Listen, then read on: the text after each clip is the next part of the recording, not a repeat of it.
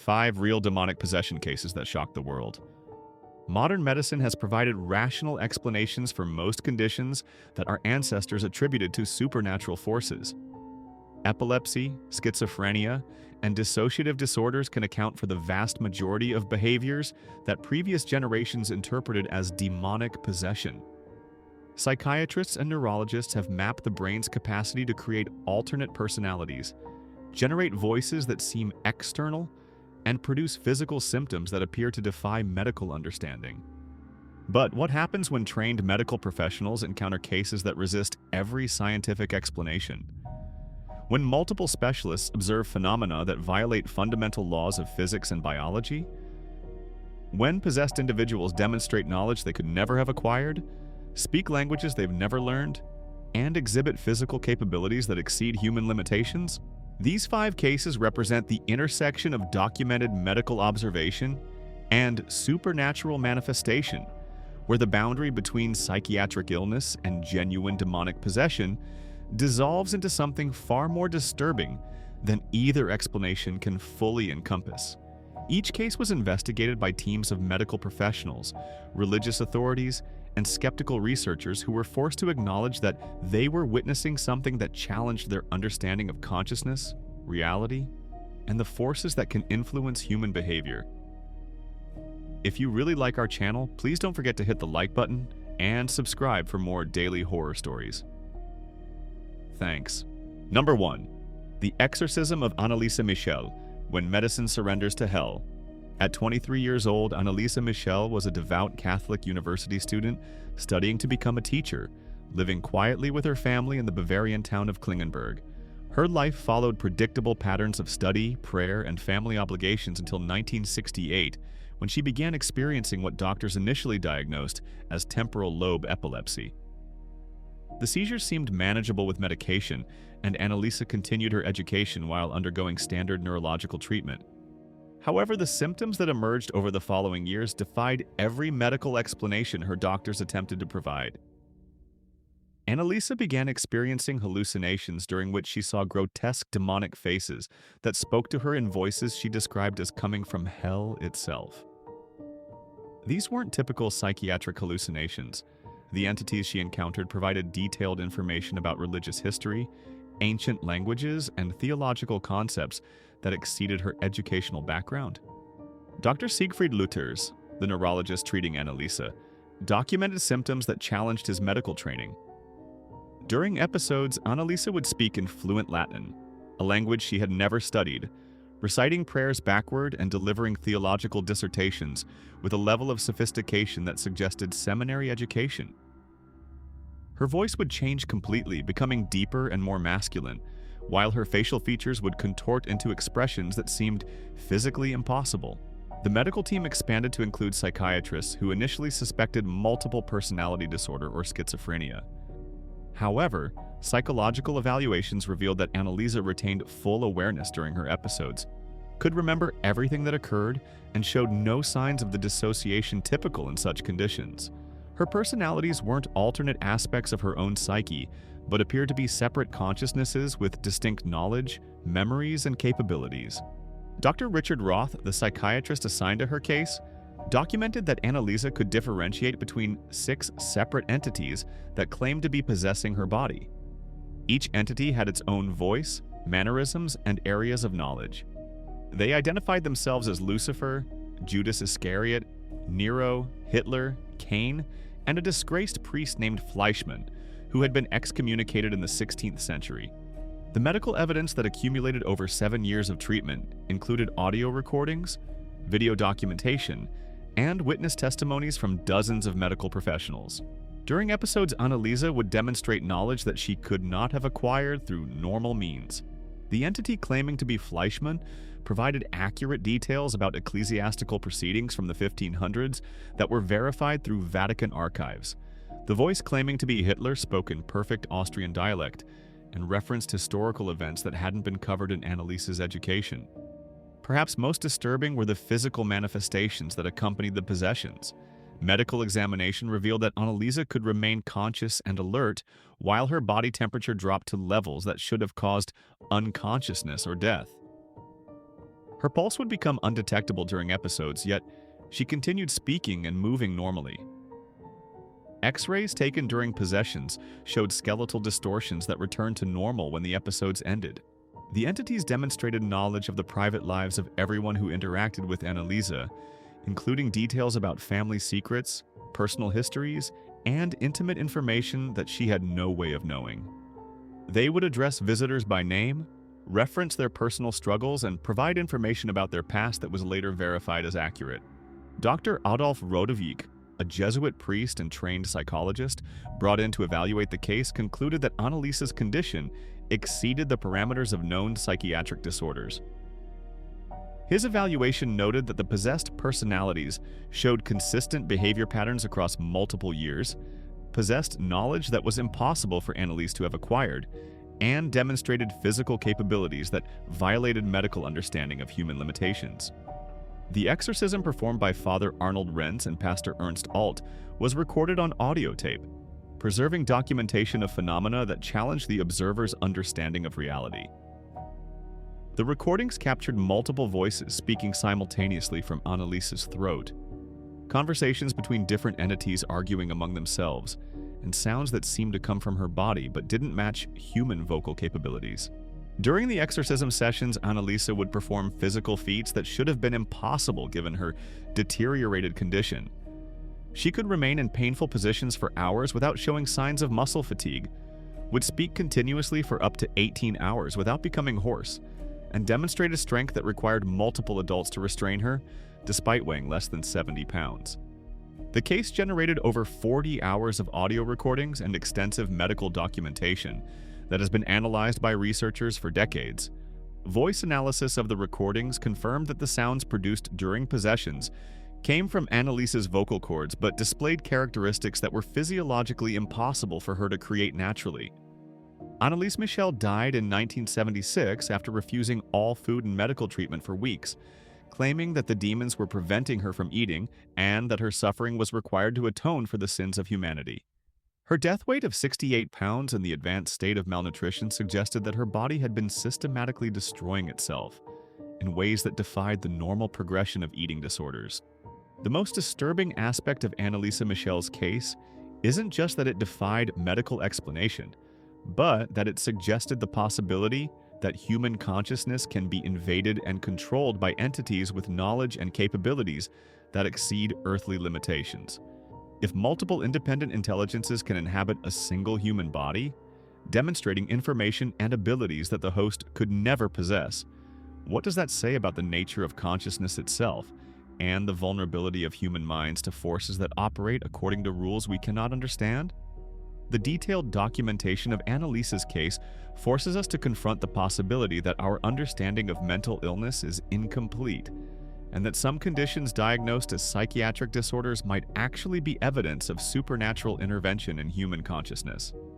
How many patients in psychiatric facilities around the world might be experiencing genuine possession rather than mental illness? And what happens to souls that become battlegrounds for forces beyond human comprehension? Number 2, the possession of Roland Doe, the Vatican's most classified case. In the winter of 1949, a 14-year-old boy in Cottage City, Maryland, became the center of supernatural phenomena so extreme that the Catholic Church classified the case files at the highest levels of Vatican security. The boy, known only as Roland Doe to protect his identity, experienced possession that was documented by teams of Jesuit priests, medical professionals, and researchers who created one of the most thoroughly investigated cases of demonic activity in church history. The manifestations began after Roland's aunt, who had introduced him to Ouija board sessions, died unexpectedly. Initially, the family attributed strange sounds and movements in their home to grief-related stress, but the phenomena escalated rapidly beyond anything that could be explained by psychological trauma or imagination. Roland's mother contacted their Lutheran minister when objects in their home began moving without physical cause. Furniture would slide across rooms, religious items would be thrown against walls, and the boy's bed would shake violently while he slept. The minister, Reverend Luther Miles Schulze, witnessed these events firsthand and documented their intensity in reports that were later preserved in church archives. During Schultz's visits to the family home, he observed Roland's bed levitating several inches off the floor while the boy was lying on it. The mattress would tilt at impossible angles without spilling Roland from its surface, and the entire bed frame would move across the room with a force that required multiple adults to stop. These events occurred in full lighting with multiple witnesses present, eliminating the possibility of trickery or misperception. The case gained the attention of Catholic authorities when Schultz contacted Father Albert Hughes for assistance. Father Hughes initially approached the situation with skepticism, suspecting psychological rather than supernatural causes. However, his first meeting with Roland produced evidence that challenged his assumptions about the nature of the boy's condition. During Hughes' initial interview, Roland began speaking in Latin, a language he had never studied, delivering what Hughes recognized as accurate quotations from medieval theological texts. The boy's voice changed completely during these episodes, becoming deeper and more mature, while his facial expressions transformed into something that witnesses described as ancient and malevolent. Father Hughes arranged for Roland to spend a night at Georgetown University Hospital for medical evaluation and observation. The hospital staff, initially skeptical of supernatural explanations, documented phenomena that violated their understanding of physics and medicine. Roland's body temperature would fluctuate dramatically without any medical cause, dropping to levels that should have induced coma while he remained fully conscious and alert. During the hospital stay, words began appearing on Roland's skin without any visible cause. Witnesses observed scratches forming letter patterns on his chest and arms, spelling out Latin phrases and religious references in what appeared to be an unknown script. These markings would appear and disappear within minutes, leaving no permanent scarring or explanation for their origin. The medical staff documented that Roland could remain conscious while exhibiting vital signs that indicated severe medical distress. His pulse would become undetectable, his breathing would stop for extended periods, and his brain activity would show patterns consistent with deep coma. Yet he continued speaking coherently and responding to questions throughout these episodes.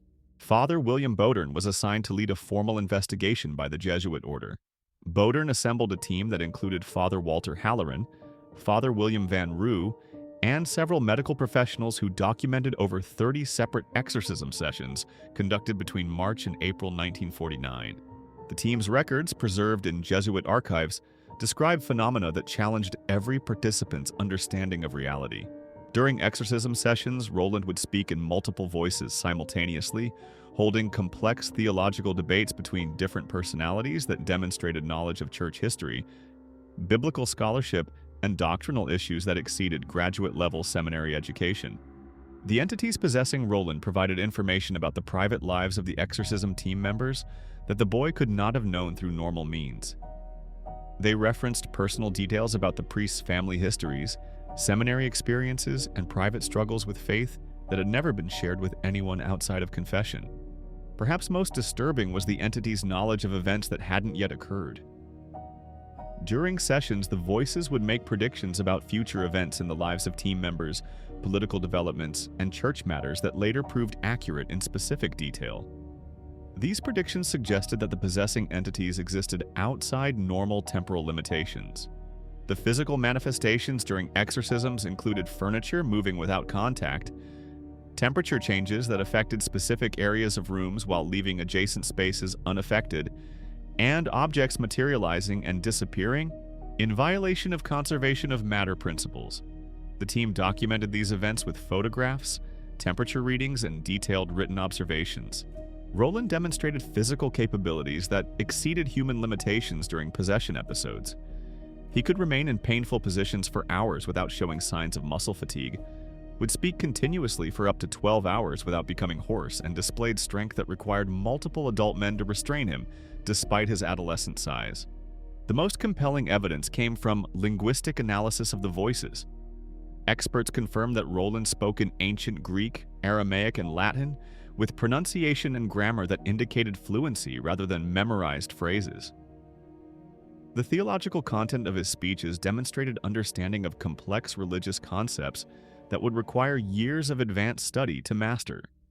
The exorcism was finally completed when the entity claiming to be the Archangel Michael appeared to Roland in a vision and cast out the demonic forces.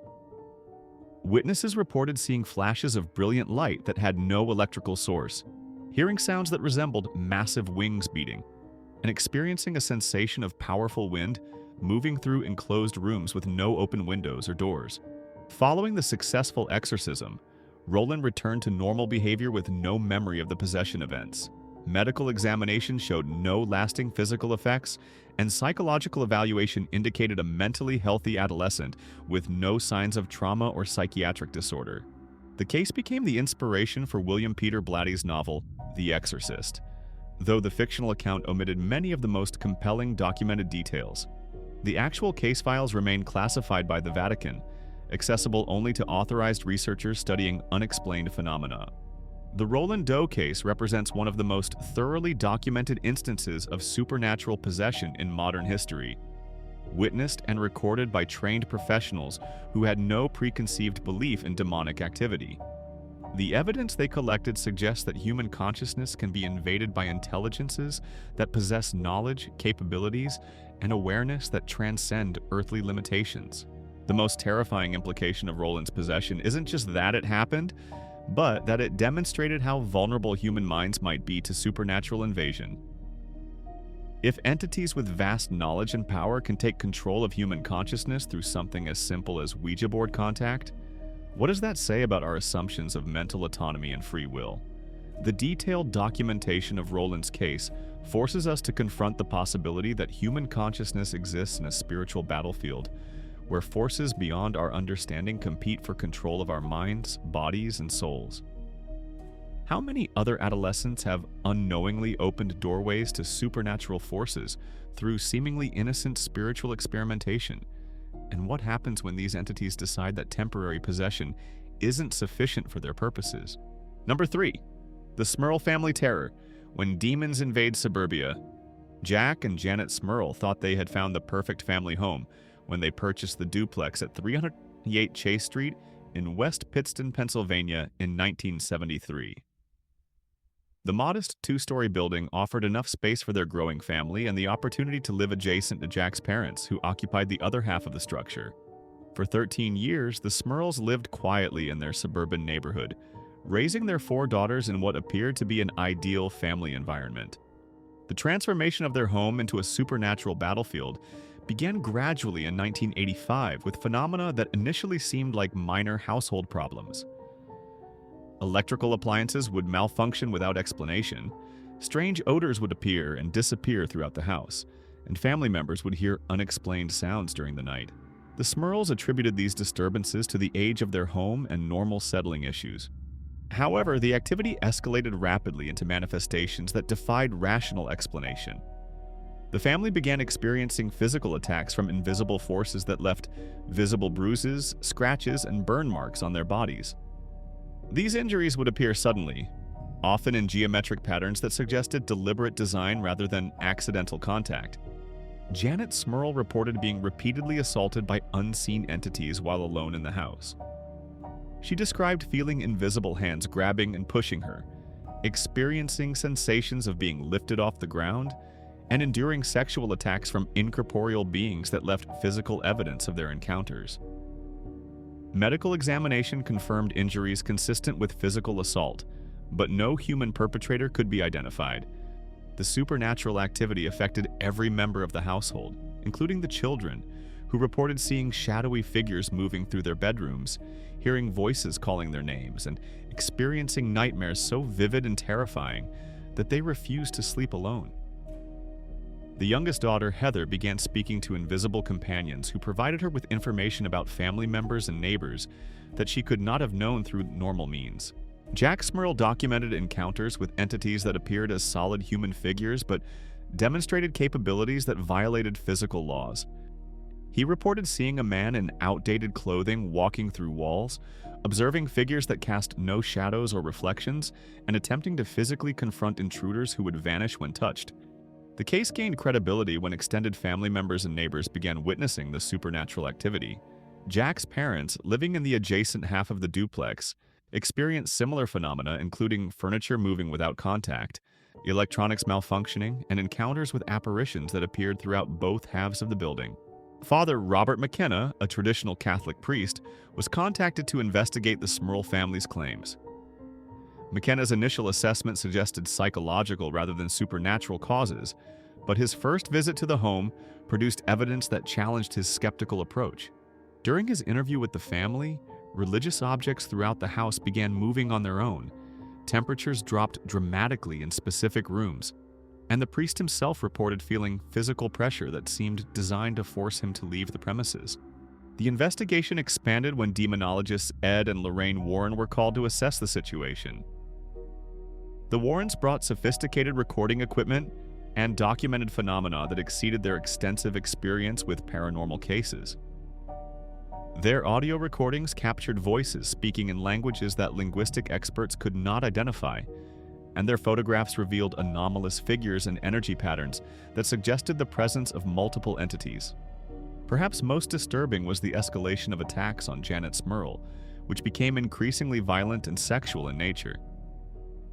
The entities seemed particularly focused on terrorizing her, subjecting her to physical and psychological torture that suggested personal malevolence rather than random supernatural activity. Medical professionals who examined Janet confirmed injuries that were consistent with assault, but could not explain how they had been inflicted. The family's attempts to flee their home provided no relief from the supernatural persecution. When they stayed with relatives or friends, the entities followed them, creating disturbances at temporary locations that convinced witnesses of the reality of their situation. Hotels, family homes, and even their workplace became sites of supernatural activity, suggesting that the entities were focused on the family members rather than the property. Exorcism attempts were performed by multiple religious authorities from different denominations, but the results were temporary at best. Father Alphonsus Trabold conducted several exorcism sessions that initially seemed successful, but the supernatural activity would resume within days or weeks, often with increased intensity that suggested the entities were becoming more powerful rather than weaker. The case gained national media attention when the Smurl family agreed to share their story publicly, hoping that exposure would lead to effective assistance. Television crews documented phenomena during filming, including cameras malfunctioning in specific rooms, audio equipment recording unexplained voices, and crew members experiencing physical attacks while on the property. Skeptical investigators attempted to debunk the Smurl case by suggesting fraud, mental illness, or environmental causes for the reported phenomena. However, these debunking efforts could not account for the consistency of witness testimonies, the physical evidence of attacks, and the documented supernatural activity that occurred in multiple locations away from the family home. The supernatural persecution of the Smurl family continued for over 3 years, during which time the entities demonstrated increasingly sophisticated understanding of their victims' psychological vulnerabilities. The attacks became personalized, targeting specific fears and traumatic memories of individual family members in ways that suggested detailed knowledge of their personal histories. The case finally ended when the family moved permanently from Pennsylvania to upstate New York. The supernatural activity ceased immediately upon their relocation, suggesting that the entities were somehow bound to the geographic area around West Pittston, rather than to the family members themselves. The Smurl family case remains one of the most thoroughly documented instances of demonic harassment in modern paranormal research. The consistency of witness testimonies, the multiple forms of evidence collected, and the duration of the supernatural activity created a record that resists conventional explanation. The most horrifying aspect of the Smurl family's ordeal isn't just the intensity of the supernatural attacks they endured, but the suggestion that demonic entities can focus their attention on specific families for extended periods, studying their victims and developing increasingly effective methods of psychological and physical torture. If evil intelligences can target suburban families for systematic persecution that follows them across state lines and continues for years, what does that say about our assumptions of safety and security in modern society? The Smurl's experience suggests that supernatural predators may be far more patient and methodical than religious tradition indicates, capable of conducting long-term campaigns of terror that destroy their victims' lives regardless of their faith, innocence, or attempts to escape. How many other families across the country might be experiencing similar supernatural persecution that they hide from public knowledge? And what happens when demonic entities decide that psychological torture isn't sufficient and begin escalating to physical elimination of their targets? Number 4. Clara Germana Cele, the floating nun who spoke to demons. In 1906, 16-year-old Clara Germana Cele was a student at St. Michael's Mission in Natal, South Africa, seeking education and religious instruction through the Marianne Hill Monastery system. She appeared to be a devout young woman committed to her studies and spiritual development, showing no signs of the psychological disturbance or spiritual rebellion that might predispose someone to supernatural influence. Her transformation into one of the most thoroughly documented cases of demonic possession began with what seemed like a moment of adolescent rebellion that opened doorways to forces beyond human comprehension. According to Clara's own testimony recorded by mission priests, she had made a pact with Satan during a moment of frustration with the strict religious requirements of mission life. She claimed to have spoken the words aloud in her dormitory room, offering her soul to the devil in exchange for supernatural powers and freedom from the constraints of religious education. Within hours of this declaration, Clara began exhibiting behaviors that convinced witnesses they were observing genuine supernatural possession. The first manifestations involved Clara demonstrating knowledge of languages she had never studied. Sister Pauline, her dormitory supervisor, documented that Clara would speak fluent Polish, German, and French, engaging in complex theological discussions that displayed understanding of religious concepts far beyond her educational level. When questioned about these linguistic abilities, Clara would claim that demons were speaking through her, providing information about church history and doctrine that she could not have acquired through normal means. Perhaps most dramatically, Clara developed the ability to levitate, rising several feet above her bed and remaining suspended in air for up to 30 minutes at a time. These levitation episodes were witnessed by dozens of people, including Mother Superior Magdalena, Father Herner, and visiting church officials who documented the phenomena in detailed written reports that were forwarded to Catholic authorities in Rome. The levitation demonstrations followed consistent patterns that suggested supernatural rather than fraudulent causes. Clara would rise slowly from horizontal to vertical positions while maintaining perfect body alignment, often rotating in midair to face different observers. During these episodes, her clothing would remain perfectly arranged despite the impossible physics of her suspended position, and witnesses could pass their hands beneath her body to confirm that no hidden support was present. Dr. Heinrich Erasmus, a physician brought to examine Clara, documented medical evidence that defied conventional explanation. During possession episodes, Clara's vital signs would show patterns consistent with severe medical distress. Irregular heartbeat, abnormal blood pressure, and respiratory dysfunction, yet she remained conscious and physically active throughout these physiological crises. The entities possessing Clara demonstrated detailed knowledge of the private lives of mission staff and visitors. They would address people by name before being introduced, reference personal details about their families and backgrounds, and provide information about events occurring at distant locations that was later verified as accurate. This supernatural intelligence gathering convinced witnesses that they were dealing with forces that possessed capabilities beyond human limitation. Father Herner, who served as Clara's primary spiritual counselor during the possession, documented the entity's theological sophistication. During conversations with the possessing demons, Clara would engage in debates about religious doctrine, scriptural interpretation, and church history that displayed seminary-level education. The demons would cite specific biblical passages, reference obscure theological texts, and provide historical details about early church development that exceeded even Father Herner's training. The physical manifestations of Clara's possession included superhuman strength that required multiple adults to restrain her during violent episodes. Despite her small stature and normally gentle demeanor, she could overpower grown men and cause significant property damage when the entities seized control of her body. These demonstrations of enhanced physical capability occurred without any apparent strain or fatigue on Clara's part. Perhaps most disturbing were the entity's apparent ability to manipulate the physical environment around Clara. Witnesses reported seeing objects move without contact, furniture rearranging itself during possession episodes, and religious items being thrown across rooms by invisible forces. These phenomena suggested that the demons possessing Clara could affect matter and energy in ways that violated natural laws. The exorcism performed by Father Herner and Father Mansueti was conducted over several months and documented in detailed reports that were preserved in mission archives. The priest noted that the entities showed intimate knowledge of the exorcism process, often predicting the specific prayers and rituals that would be used, and explaining how to make the procedures more effective against their influence. During exorcism sessions, Clara would speak in voices that were physiologically impossible for her to produce naturally.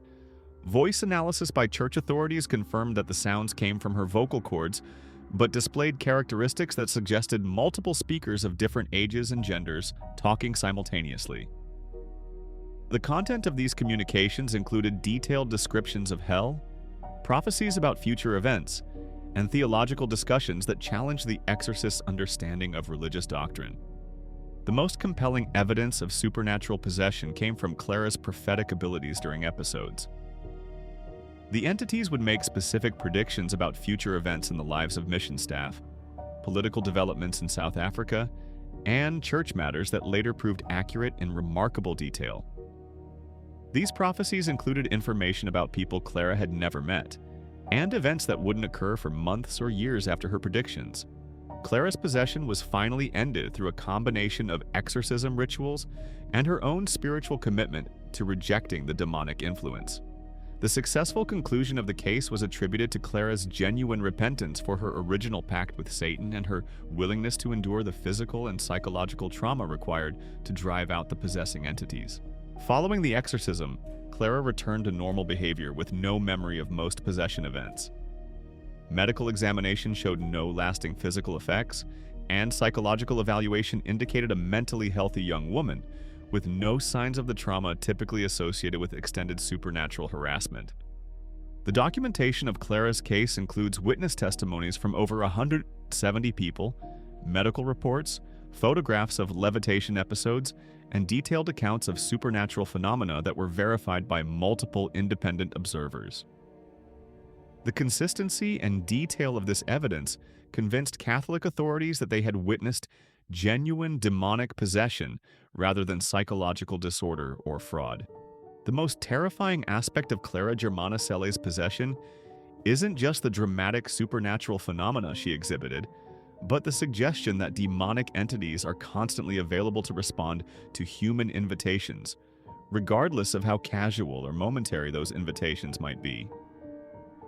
If a teenager's brief expression of rebellion can result in months of supernatural possession involving levitation, prophetic knowledge, and theological sophistication that exceeds human education, what does that say about the spiritual vulnerability of every person who experiences moments of anger, despair, or rejection of religious authority?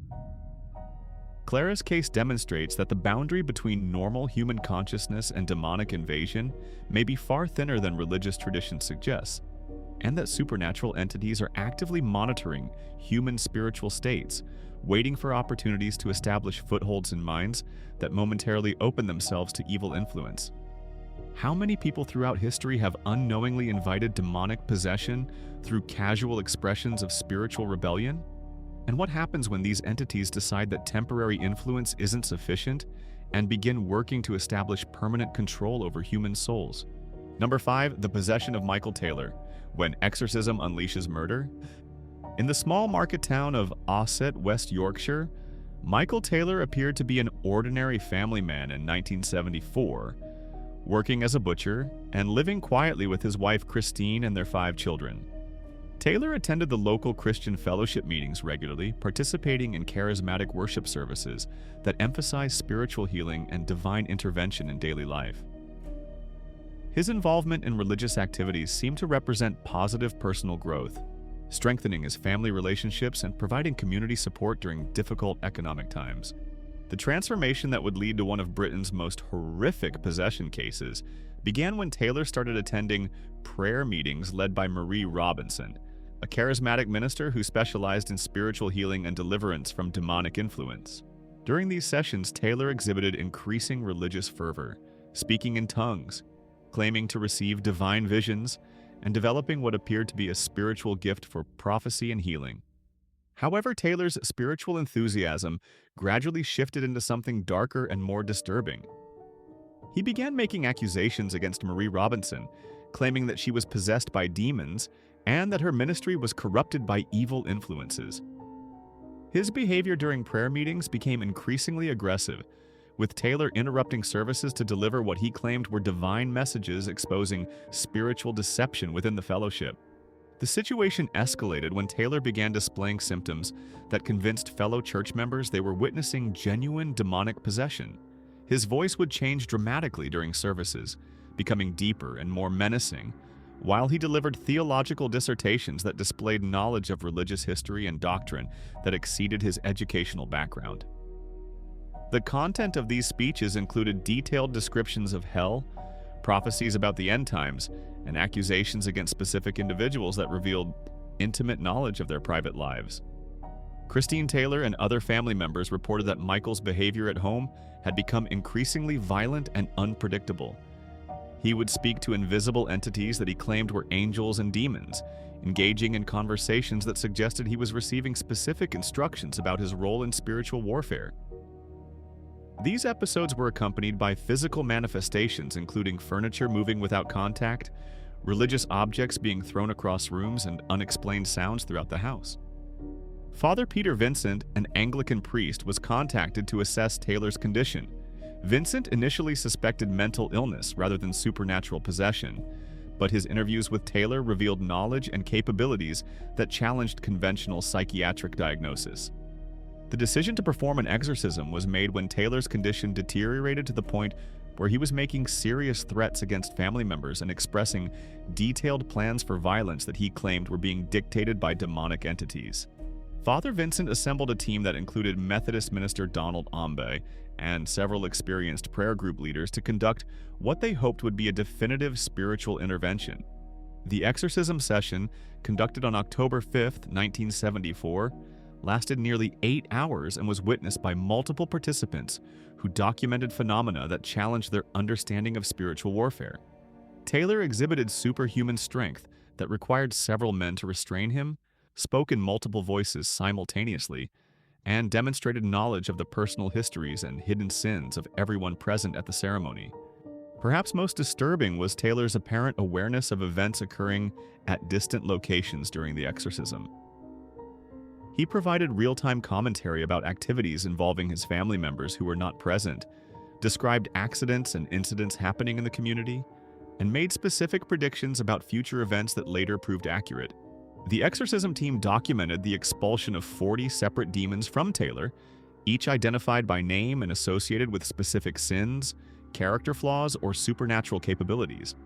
Father Vincent declared the exorcism successful when Taylor appeared to return to normal consciousness, expressed gratitude for his spiritual deliverance, and showed no signs of the violent agitation that had characterized his possession.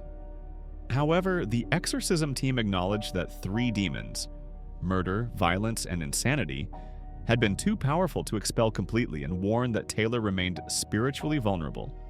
Less than 24 hours after the exorcism, Michael Taylor murdered his wife Christine in their family home with a level of violence that shocked experienced police investigators. Christine's body showed evidence of torture and mutilation that suggested prolonged, systematic brutality rather than impulsive violence. Taylor was found naked and covered in blood, wandering the streets and claiming that he had killed the devil. Police investigation revealed that Taylor had no memory of the murder, despite physical evidence that he had spent hours torturing his wife before finally killing her.